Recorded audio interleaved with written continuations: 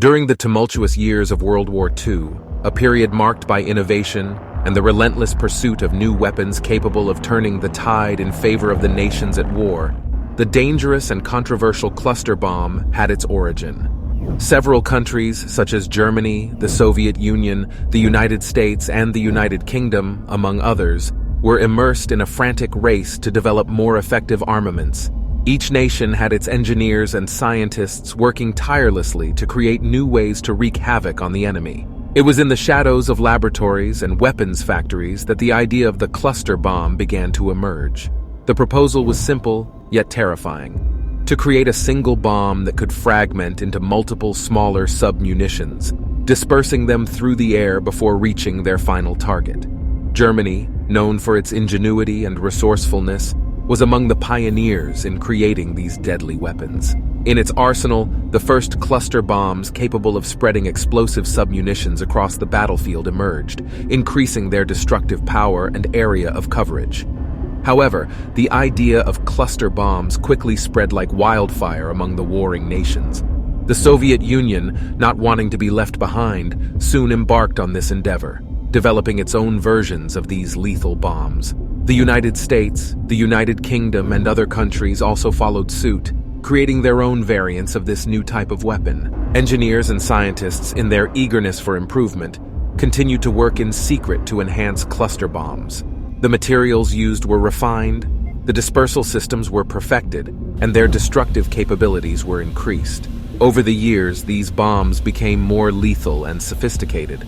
France, in particular, played a significant role in introducing modern cluster bombs in the 1970s, taking them to a new level of development.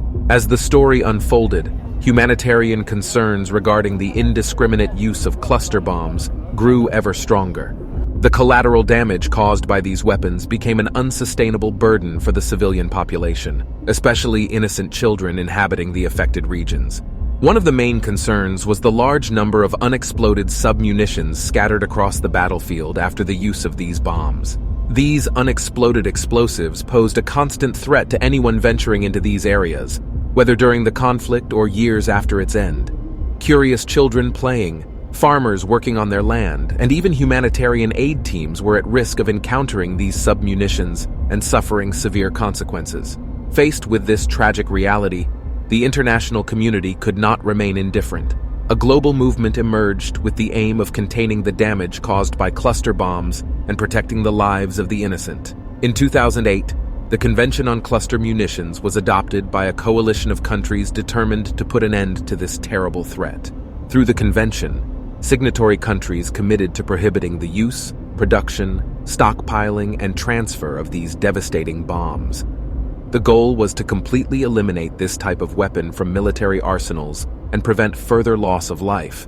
Additionally, countries pledged to destroy their existing stockpiles of cluster bombs, ensuring they would not haunt the future. The convention also recognized the importance of providing assistance to the victims of these lethal weapons. This included the implementation of demining programs, the rehabilitation of contaminated areas, and support for affected communities.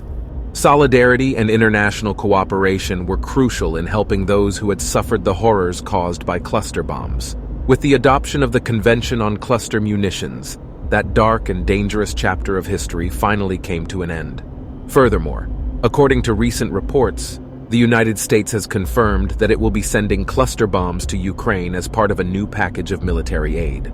This decision has generated criticism and concerns from organizations like Human Rights Watch and countries like Germany. And what about you? What is your opinion on this delicate subject? Is anything fair game to annihilate your opponent? Leave your opinion in the comments below until the next video.